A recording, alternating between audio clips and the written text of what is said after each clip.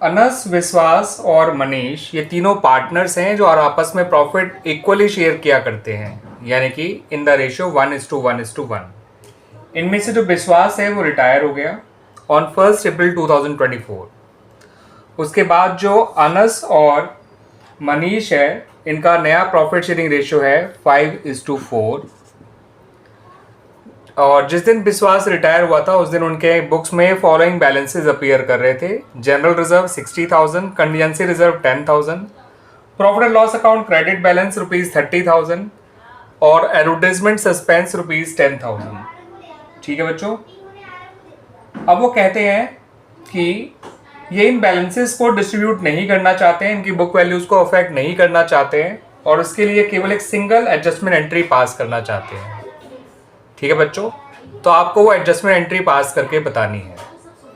तो बच्चों, उस एडजस्टमेंट एंट्री को पास करने के लिए आपको पहले इन सभी अमाउंट्स का एक नेट अमाउंट निकालना होगा। जैसे कि ये क्रेडिट बैलेंस है, ये क्रेडिट बैलेंस है, पीएनएल के आगे क्रेडिट लिखा हुआ ही है, ये तीनों आपस में प्लस हो जाएंगे। और एडवर्टाइजमेंट सस्पेंस एक डेबिट बैलेंस हुआ करता है, एक लॉस हुआ करता है, एक फिक्टिशियस एसेट हुआ करता है, ये माइनस हो जाएगा। तो आपका जो एडजस्टमेंट अमाउंट आएगा ₹90,000 आएगा। ठीक है बच्चों। अब आप क्या करिए, जो पार्टनर रिटायर हो रहा है उसका हिस्सा निकाल लीजिए इसके अंदर।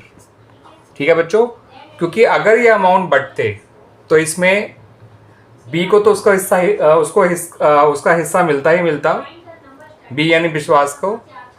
तो बी को तो 30,000 हमें देने ही देने हैं। ठीक है बच्चों,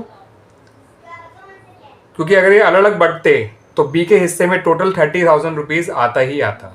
सही है बच्चों, क्योंकि ये फ्यूचर में जो है जब भी बांटे जाएंगे फ्यूचर में, तब बी तो नहीं होगा, बी यानी विश्वास, क्योंकि वो तो रिटायर हो गया। अब ये सब पुराने एक्यूमुलेट के प्रॉफिट एंड लॉसेज हैं, तो विश्वास को तो उसका हिस्सा जो है देना ही होगा। तो इस नेट अमाउंट का हमने 1/3 निकाल लिया, 30,000, ये विश्वास को दिया जाएगा। अब बाकी जो अनस और मनीष हैं, इन दोनों का गेन निकाल लीजिए बच्चों। इनका गेन निकालने के लिए इनके नए शेयर में से इनके पुराने शेयर को माइनस कर दीजिए। ठीक है बच्चों, ये आ जाएगा 2/9 और ये आ जाएगा बच्चों 1/9। तो ये जो 30,000 हमें विश्वास को देना है इन सब चीज़ों के लिए, इस 30,000 के लिए आपको केवल एडजस्टमेंट एंट्री पास करनी है। इससे विश्वास तो जो क्रेडिट हो जाएगा और अनस और मनीष जो हैं अपने गेनिंग रेशियो में डेबिट हो जाएंगे, जो कि है 2:1। क्लियर बच्चों। तो विश्वास का जो हिस्सा है वो तो उसे क्रेडिट कर दिया जाएगा और विश्वास का जितना हिस्सा है उसी हिस्से से हमें एडजस्टमेंट एंट्री बनानी है, जिसके लिए अनस और मनीष डेबिट हो जाएंगे। ठीक है, और विश्वास क्रेडिट हो जाएगा। अनस और मनीष को डेबिट करने के लिए विश्वास को जितना अमाउंट दिया जाना है उसको उनके गेनिंग रेशियो में बांट देना है। क्लियर बच्चों। तो आइए अपनी जर्नल एंट्री बना लेते हैं, एडजस्टमेंट एंट्री। तो बच्चों, एडजस्टमेंट एंट्री में अनस और मनीष इन दोनों के कैपिटल अकाउंट को आप डेबिट कर दीजिए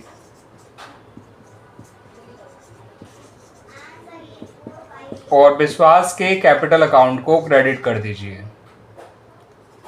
विश्वास का अमाउंट 30,000 आया था, इनका गेनिंग रेशियो 2:1 आया था, 2/9 और 1/9 से। तो 20,000 और 10,000 आ जाएगा वो अमाउंट जिससे इन लोगों को डेबिट किया जाएगा। ठीक है बच्चों। अब ये जो चारों बैलेंसेज हैं, जब नई बैलेंस शीट बनाई जाएगी ऑफ द न्यू फर्म, तो उसके अंदर ये चारों बैलेंसेज शो किए जाएंगे, क्रेडिट वाले लायबिलिटी साइड में और डेबिट वाला एसेट साइड में, क्योंकि हमने उनको डिस्ट्रीब्यूट ही नहीं किया है अमंग द पार्टनर्स। तो उन अमाउंट्स में जितना हिस्सा रिटायरिंग पार्टनर का था उसे क्रेडिट कर दिया।